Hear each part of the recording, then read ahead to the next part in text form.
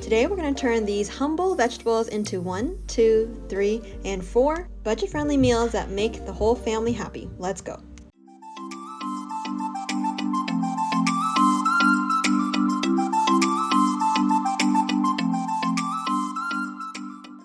On the ingredient lineup, we have some red potatoes and russet potatoes, a head of cauliflower.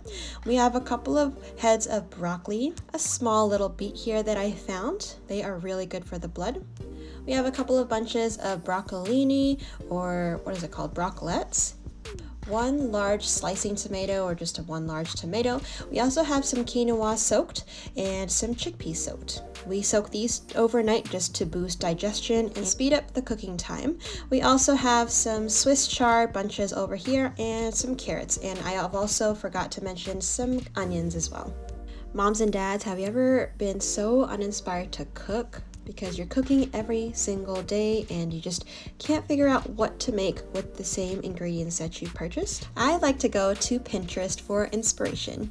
I am a very visual person, so I like to see beautiful, colorful pictures of delicious foods that I can make. And I found some recipes for a broccoli cheddar stuffed baked potato. Now, of course, we are going to veganify it, so we are going to first work on some baked potatoes. For Trey, I just chopped the red potatoes, and we're going to make a tray of roasted red potatoes for him.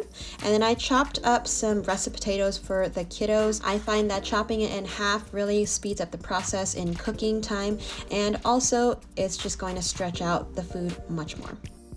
I drizzled the potatoes with some hemp oil this time, and then I added some salt for the russet potatoes. Then we will use our hands to rub in all the oil and salt on the potatoes just to make it nice and crispy when it cooks in the oven. I also really like to flip them on the flat side down just to get the bottom nice and crispy. Now you know Trey, my husband, he loves more seasonings on his potatoes, so I have some onion powder, Italian seasoning, ancho, and smoked paprika on his potatoes, and we're going to mix it up and get all those flavors into the potato. We have our oven preheated to 450 on convection just to make the baking time a lot faster. The red potatoes are going to cook for about 30 minutes, and the russet potatoes may take a little bit longer, about 45 minutes. If you want the ingredient list and a recipe for these recipes that I am cooking today, feel free to go check out the description down below, and I will also have it on our blog, highpath.com. Let's multitask. We're going to work on another item while we are waiting for the potatoes to cook, and we will do the little broccoli cheddar topping in a little bit. In this pot, we have some onions and ginger. We are going to saute up for some brown rice. We don't eat too much rice around here, but when we do, I like to use brown rice just because of the fiber content. There's just more fiber in it, and it just works great for our family. Also, growing up as a Chinese and Southeast Asian, I grew up eating a ton of rice, and for those fellow Asians, you know, rice goes with everything, right? Anything saucy, anything soupy, it's delicious.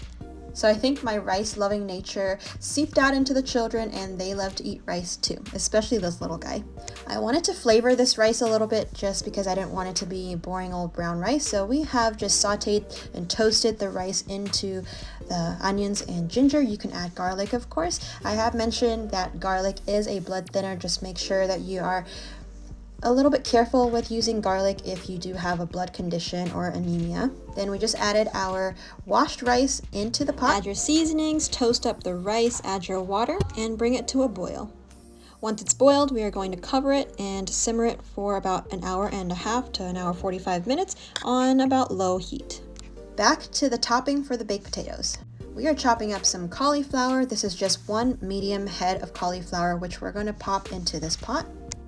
We are making sort of a creamy sauce out of just pure cauliflower. So we're going to add some water to it. I'm just checking the rice here just to make sure it is nicely boiled, and then we're going to make sure it's simmering. I have filled up the pot with the cauliflower with water, and then we're just going to boil it until it is tender. For the broccoli, we're going to just chop it up. We're going to chop the ends, and then we're going to save this middle piece here because you can trim it a little bit along the sides of it, the walls of it, and you can still use insides. So they're very nice and tender. And hey, you paid for this vegetable, you may as well try to use as much as possible, right?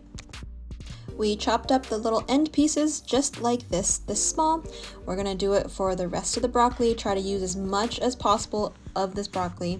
Vegetables and food are probably everyone's highest bill. And when you're shopping organic, it is like double or triple that price.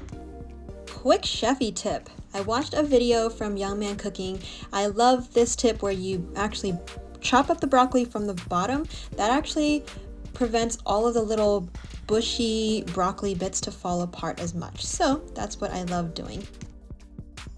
I added the broccoli into a pot. You can use a saute pan if you have enough to make all this broccoli. You're going to add a little bit of oil, some salt, and some seasonings. You can add whatever you want. Onion powder, garlic powder is my normal go-to. Italian seasonings, ancho, and smoked paprika. We're going to cook this until it is tender by adding some water and just sort of caramelizing it just until it is nice and tender. We're not going to forget the potatoes, so I just took a peek at it. It looks like it could still go a little bit crispier, so I just put it in for another 15-20 minutes. By multitasking, you can seriously save some time. So here I have Isaiah working on some zucchinis. He's going to peel them so we can chop it up for our chickpea fritters. After about 15 minutes, the potatoes are finally done. Look how nice and crispy. Alrighty, we're gonna be working on the cheddar, quote unquote cheddar broccoli sauce. This is what the cauliflower looks like. You can see I have left some of the water in here. We're gonna drizzle a little bit of oil. You can use any oil you want. I like to use hemp or grapeseed. Season everything. I have used some onion powder here. You can definitely use some nutritional yeast. Trey doesn't eat nutritional yeast, so I left that out for this. And garlic if you have. Use a hand blender to blend it until it is nice and smooth. Do not forget to taste everything. Taste. By now, the broccoli is nice and seasoned and tender. So we are going to use a hand masher. We're going to mash this up. You can leave the broccoli as big of a piece if you want, or if you like little pieces, make it as small as you want. Once that's done, we're going to mix it into our lovely creamy cauliflower sauce. It is time to plate up.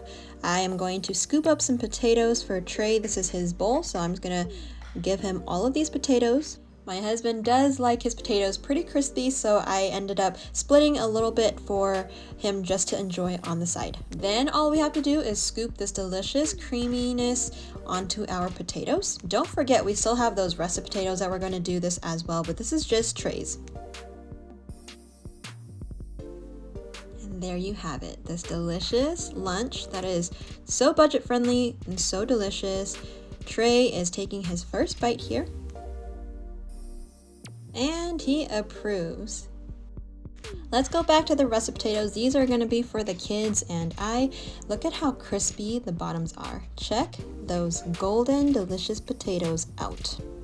Let's make a plate. I am just going to choose the biggest, goldenest potato. Yes, goldenest is now also a word. I will just claim that. I'm going to cut this in half, and I like to make little slits like this across as well, just so the sauce and all the vegetables and juices and flavors will go into the potato. Let's load this baby up with this delicious broccoli and cauliflower cheddar sauce here, and voila, lunch is done.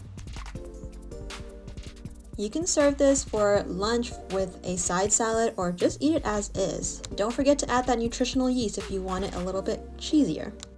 And now it is time to take a little bit of a lunch break. I am going to prepare this for Isaiah to have for lunch. And I took this time to also teach him how to use a knife and fork properly. I find that teaching kids anything young, the younger the better, they would pick it up in a heartbeat. Next, we're going to make meal number 2.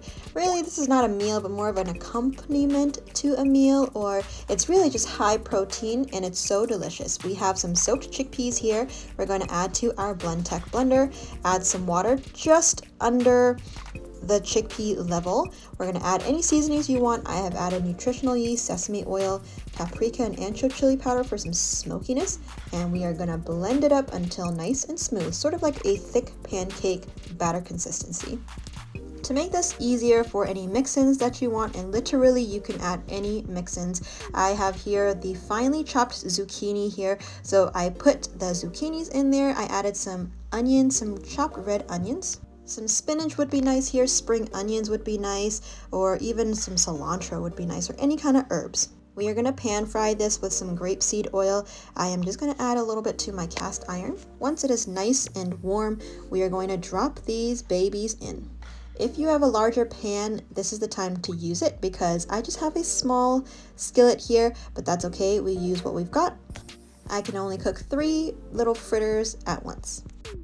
While I let these sit in the pan, I think I had the pan a little too high, and by the time I got back from like washing some dishes or something, they were a little bit toasty, a little dark, a little too dark than what I like. So let's just rewind and do it all over again.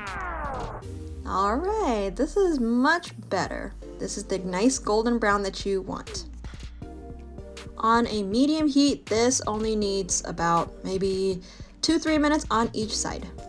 Once they're done, this is what it looks like, how crispy and golden and delicious.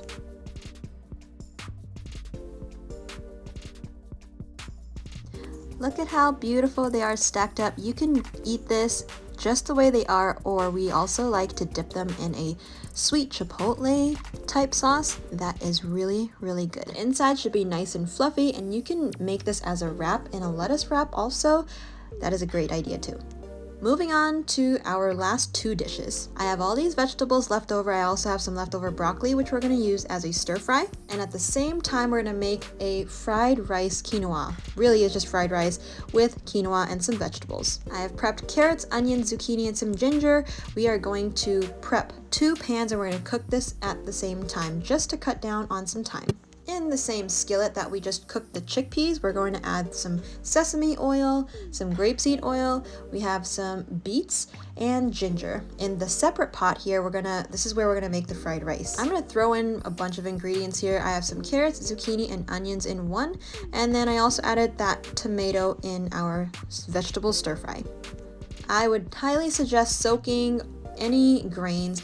I actually got this tip from a grocery checkout lady, so thank you so much. If you have stumbled across this video, I want to thank you because this really made the grains just cook so much faster, and they are pre-digested. Once we have cooked all of the vegetables slowly in some oil and all the aromatics of the onions and ginger, we're going to pop in the rinsed and soaked quinoa. You can see the lovely reddish color of the tomatoes and the beets. Let's add in really quick our broccolini, and I have here chopped some delicious Swiss chard. Look at that sexy chop. Just kidding. You can use any vegetable you like. You know me. I love to vegetable pack everything just to get all the nutrients we can. In the other pan, we're going to pop in as much broccoli as we can. If you have a bigger pan, definitely use a bigger pan, but I was out, so we're just going to use what we have, of course. Season everything with salt and some water here. We're going to make sure that we drizzle a good dollop of sesame oil for that fragrance, deliciousness. The quinoa is going to need a little bit more water than the vegetable stir fry, so we're going to add a little bit more water here, and then we will cover it later to then cook and steam. The vegetables are probably going to be done before the quinoa, so I'm just going to keep that cooking while I close the lid on this pot and let the quinoa steam in the water. After about 20 minutes covered, look at how fluffy and delicious and vegetable-filled quinoa. And here are the stir-fried vegetables. I did end up reducing it a little bit, but if you like sort of a gravy or some sauciness to your rice, definitely keep all those liquids because it is really delicious. I have a generous helping here of brown rice. Then I'm just going to add a little bit of the vegetables with the beautiful sauce. This is such a nice, frugal, warming, and filling meal, surprisingly filling. And you can literally use any vegetable left over.